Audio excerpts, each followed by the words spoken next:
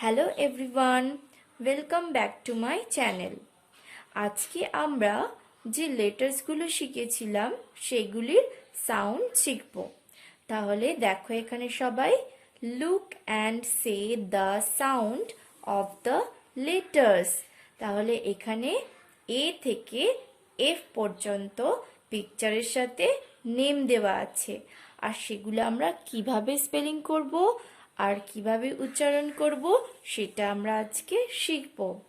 দেখো, প্রথম ছবিতে তোমরা দেখতে পাচ্ছ অ্যাক্স। অ্যাক্স মানে যেটা দিয়ে আমরা কাঠ বা গাছ কাটি। A X E, axe. B, B for ball. Ball যেটা আমরা খেলা করি। B A double L, ball. Next C, C for cap. C A P, cap. C এর যখন আমরা সাউন্ড করি সেটা এরকম হয় ক, ক, ক্যাপ। ওকে, নেক্সট সি এর পরে কোন লেটার আছে? ডি।